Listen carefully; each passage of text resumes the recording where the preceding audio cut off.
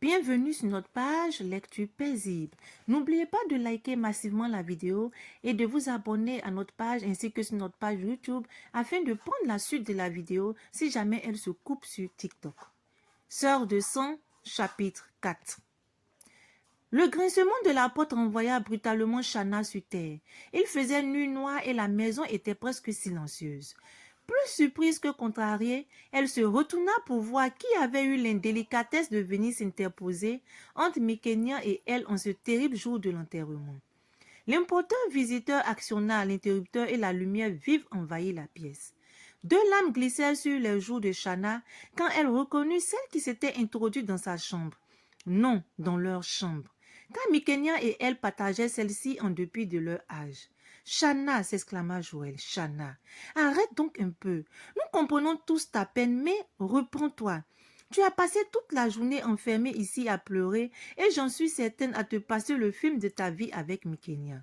Tu es la plus éplorée de tous ici, mais je crois que tu devrais arrêter un peu maintenant. Oh, Jo, oh, dit Chana qui avait le plus grand mal à endiguer les larmes qui de nouveau se mit à déferler sur son visage. Tu ne peux pas comprendre, tu ne peux vraiment pas comprendre. Si je sais ce que tu endures, mais il faut reprendre courage comme je te le dis. Pour commencer, tu vas te lever de ce lit et de cet oreiller trempé de larmes et prendre une douche. Ensuite, tu vas manger quelque chose, d'accord? Chana ne prit pas la peine de répondre car elle savait que, de toute façon, il était inutile de résister à Joël. Sa force de caractère n'avait d'égal que son gabarit. Grande et forte, elle s'en laissait rarement compter. Elle était la seule personne qui, à ce jour, avait pu forcer la barrière invisible que Mikenya avait dressée autour de Chana et elle-même. Non seulement les Atamés, tout comme les Assépoués, pour avoir commencé leur vie de couple en Europe, étaient des adeptes de la famille nucléaire. Mais de plus, le cœur intransigeant des Mikéniens ne voulait partager avec personne ce qu'elles disaient aimer le plus au monde. Et durant presque toute leur scolarité, elles avaient vécu isolées dans leur bulle de jumelles, puis de sœurs de sang. Mais au lycée, elle fit la connaissance de Joël qui s'était prise d'affection pour une des sœurs, Chana. Fréquenter celle-ci fut plus qu'une bataille, un défi que Joël réussit à relever. Elle avait avalé des tas de couleuvres et essuyé 1000 frustrations et humiliations de la part de Mikenya face à une Chana qui ne l'encourageait guère à persévérer. Joël à la fin parvint à devenir une bonne camarade à défaut d'être l'amie ou la confidente. Mina et Josias l'aimaient bien, aux grandes dames de Mikenya. Cette dernière s'était beaucoup réjouie lorsque Joël avait dû quitter Abidjan pour suivre ses parents à Dakar, où son père avait obtenu un poste à la BCEAO. Malheureusement pour les 30 jumelles, Joël devait revenir au pays après le baccalauréat et les retrouver Chana et elle sur le campus flambant neuf de l'Université du Plateau. Un pagne autour de la poitrine et une serviette éponge à la main, Chana vint s'asseoir devant sa coiffeuse qui lui renvoya l'image d'une personne au visage dévasté par les lames. Joël lui prit la serviette et se mit à lui sécher les bouts des cheveux mouillés par négligence. Chana se laissa faire. Peu lui importait que, comme d'habitude, Joël tenta de s'imposer. Celle-ci fit semblant de ne rien deviner des pensées de Chana. Elle présenta à cette dernière son déodorant, puis son lait corporel, la pommade pour les cheveux, des sous-vêtements et un boubou court en basin blanc qu'elle avait elle-même choisi. Chana les prit au fur et à mesure sans même un mot de remerciement. Joël n'en attendait pas. Elle savait que Chana en voulait au monde entier pour la pète de sa Mikenya. Bon, on descend maintenant, proposa Joël en prenant Chana par le bras. Non, je ne veux voir personne, s'écria Chana, d'une voix où perçait une certaine panique. Ah bon? Et pourquoi? S'enquit Joël sur un ton un peu désabusé. Je ne supporterai pas de voir les miens, surtout pas maman Eunice en ce moment, se cria encore Chana. Eh oui, maman Eunice à ses pouets.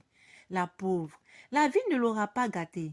Avoir une fille qui se serait prise toute sa vie pour l'enfant d'une autre et la voir mourir si douée, si belle et dans la fleur de l'âge, avouez que ce n'est vraiment pas facile, persifla Joël. Cette dernière en avait assez de voir encore une fois Chana continuer de déifier cette Mikenya qui, sous ses airs angéliques, était un vrai petit démon. Je ne te permets pas, Joël, s'offusqua Chana. Je ne te permets pas de parler ainsi de ma sœur adorée, ma jumelle. Mon sang coule dans ses veines. Nous sommes une. Ok, pardonne-moi, dit Joël qui n'en pensait pas moins.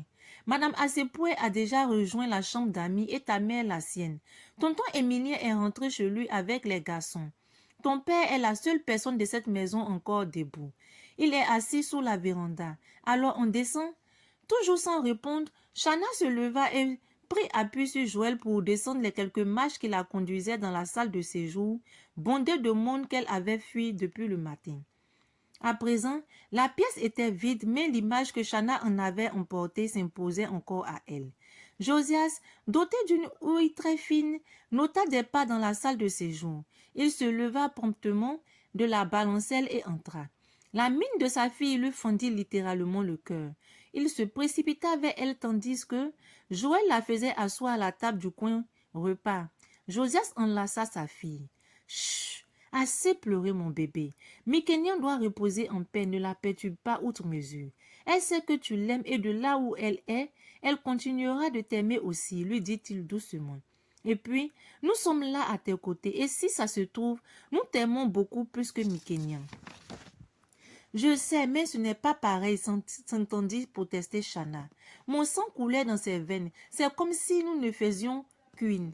Mais nous, tu es notre sang. Et si Mécanien n'a pas survécu à l'accident alors que tu t'en es tiré avec quelques égratignures, c'est bien parce que devant Dieu, vous êtes deux personnes différentes avec deux destins différents, ma chérie. Même les vrais jumeaux sortis du même placenta peuvent emprunter des chemins différents dans la vie. Papa, commença Chana. Non, mon bébé, c'est fini pour ce soir la discussion. L'interrompit Josias. Ok, assieds-toi. Joël, va te préparer rapidement quelque chose à manger, tandis que je te mets le couvert. Jo, il y a des boîtes de conserve dans les placards du haut. Fais-en réchauffer une, quelque chose de léger, s'il te plaît. D'accord, tonton, dit Joël, qui quitta immédiatement la salle de séjour. Et toi, ma Chana, comme je te l'ai dit, c'est fini pour aujourd'hui. Ok, papa, fit Chana, dont le cœur semblait de plomb, tant elle avait mal de ne pouvoir continuer à parler de Mikenian. Bientôt, Joël revint de la cuisine avec un plateau sur lequel se trouvait un bol fumant, de soupe aux champignons, quelques tranches de pain, un verre de jus de goyave et un yaourt. Elle le posa devant Chana qui eut la décence de dire merci et surtout de ne pas prendre un air dégoûté. Josias ne lui offrit pas la moindre occasion de repousser le plateau. Il prit place en face d'elle, l'encourageant du regard. Joël les laissa seuls, feignant de s'intéresser au film qui passait sur l'une des chaînes nationales à cette heure tardive. À l'étage, quelque chose se passait. Mina, qui ne trouvait pas le sommeil, était venue retrouver Eunice dans l'intention de la soutenir. Mais ce fut l'inverse, parce que c'est Mina qui était consolée. Et c'était aussi le moment de dire ce qu'elles avaient sur le cœur. Eunice, ma chère sœur, je crois que nous ne nous en remettrons jamais. Comme je te comprends, Mina. C'est horriblement dur, mais moi, je m'en remettrai un jour par la grâce de Dieu. Mikenia a toujours existé dans ma vie comme une ombre, un fantôme, disons un fantasme. Ce n'est pas pareil pour toi. Non, Eunice, ne dis pas de choses pareilles. Mikenia était trop attachée à Chana, voilà la vérité. Tu es et tu resteras sa mère, même si aujourd'hui, elle a rejoint son Créateur. Pourquoi se voiler la face, Mina? Mikena n'a jamais eu une autre mère que toi.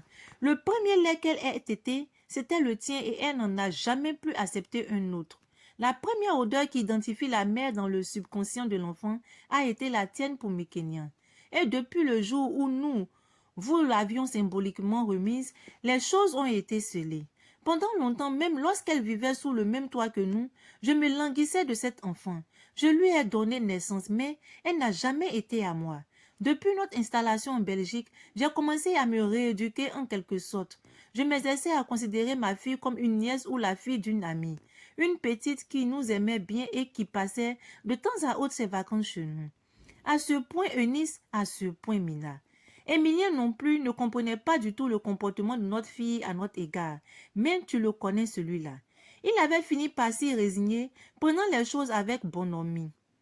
Quant à moi, j'ai tant souffert de l'attitude de Mikenia, mais je lui pardonnais cela.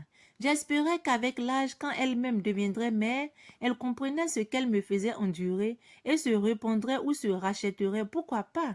Mais le destin en a décidé autrement.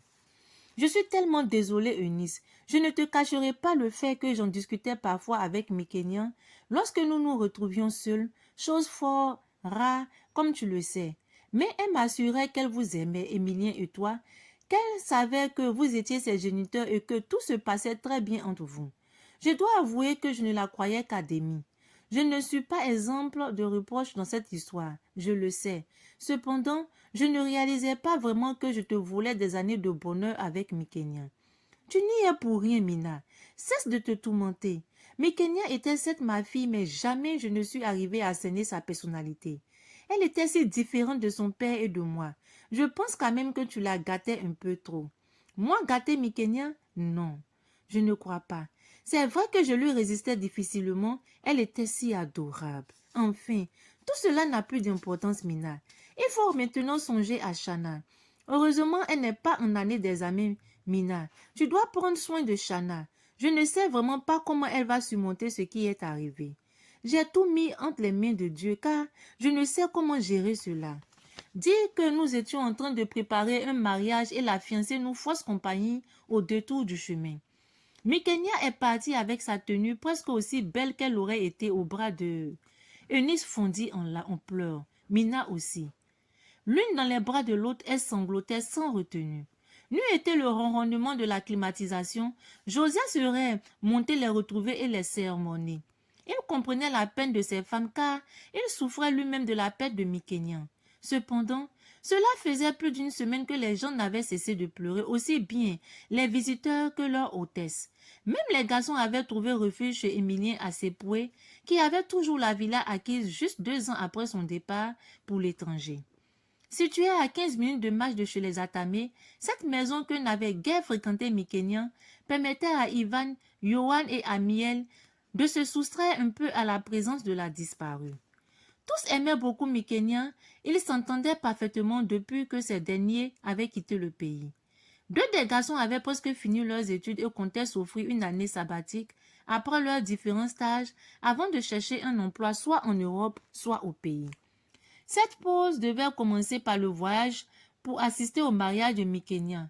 Mais hélas! Émilien Assepoué, le géniteur de Mikenya, se demandait toujours ce qui avait pu se passer ce jour-là. Il imaginait sa fille, pleine de vie, heureuse de décompresser un peu, après avoir couru dans tous les sens pour que la préparation de son mariage soit un parcours sans faute comme l'avaient été les fiançailles et la cérémonie de remise de dot. Mais l'histoire avait été brutalement interrompue dans un virage. On a appris que le jeune Milandi, le fiancé, avait perdu le contrôle du véhicule à la suite d'une brusque manœuvre. Shana, assise à l'arrière et le nez dans un livre, n'avait rien vu venir. Cet étrange enfant, qu'ils avaient chéri malgré son peu d'intérêt pour Eunice et lui, s'en était allée comme elle était venue au monde, dans les conditions difficiles. Son cœur de père se tordait de douleur car il n'en voulait absolument pas à Mikenya. Elle portait son nom, elle était son sang et sa chair et cela, rien ni personne ne pourrait y changer quoi que ce soit. Émilie avait beaucoup de mal à contenir ses larmes lorsqu'il revoyait l'image de sa fille parée pour son dernier voyage, de sa toilette de mariée. Pauvre Hector Milandi, le son ne l'avait pas raté, on dirait. Le consentement pour se marier avec Mikenya, il l'avait obtenu à l'arraché, du moins en ce qui le concernait, lui, le véritable père de celle-ci. Il ne comprenait pas que les Atamés aient si vite pardonné ce qu'avait fait le jeune homme. Ce qui l'avait le plus étonné, c'était l'attitude de Shana. Accepter que celui qui fut son fiancé se marie avec celle qu'elle considérait comme sa jumelle et qui plus est, était sa sœur de sang. Décidément, cette fille aimait Mikenya plus que de raison et était prête à tout pour voir cette dernière heureuse. Peu lui importait le prix à payer. Qu'allait devenir la pauvre petite à présent? Ainsi s'achève notre chapitre 4. Ah bon? Comme ça, Mikenya a ravi le fiancé de sa sœur de sang? Quelle fille! Quel comportement! Et Shana, une brave jeune fille qui accepte de perdre son fiancé et reste toujours la sœur jumelle de l'autre. Vraiment, Shana, quel comportement! Nous vous disons à très bientôt dans le chapitre 5. Au revoir!